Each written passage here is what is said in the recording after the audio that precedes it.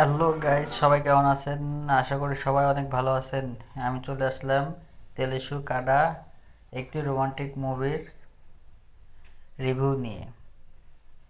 এটি একটি romantic drama যেখানে ভালোবাসা, ভুল বোঝাবুঝি আর মানুষের হৃদয়ের ছোট ছোট অনুভূতিগুলো খুব সুন্দরভাবে দেখানো হয়েছে। সিনেমার গল্প একদিকে মিষ্টি রোমান্স, অন্যদিকে সম্পর্কের বাস্তবতা, দুটোই একসাথে এগিয়ে যায়। যে দিকগুলো ভালো লাগবে: চরিত্রগুলোর মধ্যে ন্যাচারাল কেমিস্ট্রি, সুন্দর লোকেশন আর freshness, light weight romantic feel.